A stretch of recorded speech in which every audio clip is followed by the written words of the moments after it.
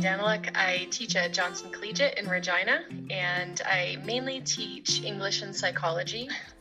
I can tell you the advice that I got from one of the most phenomenal teachers that I know, who unfortunately is no longer at our school.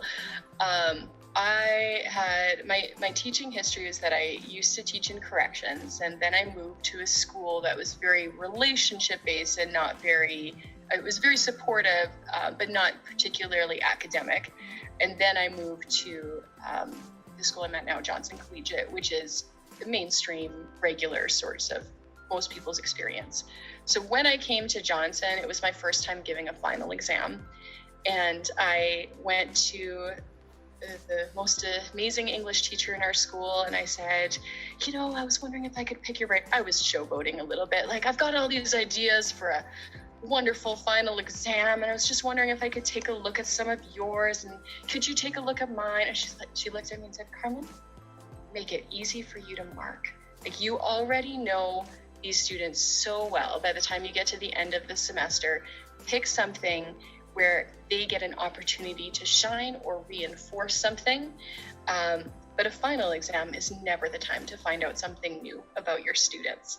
So that was about finals specifically, and that advice was good. Make your final exams easy to mark. There's a time crunch. You don't have time to waver on what you had assigned.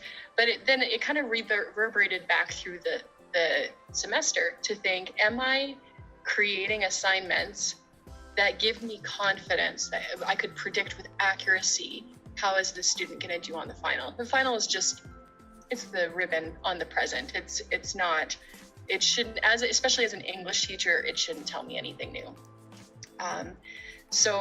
Just make sure that my advice is, I guess,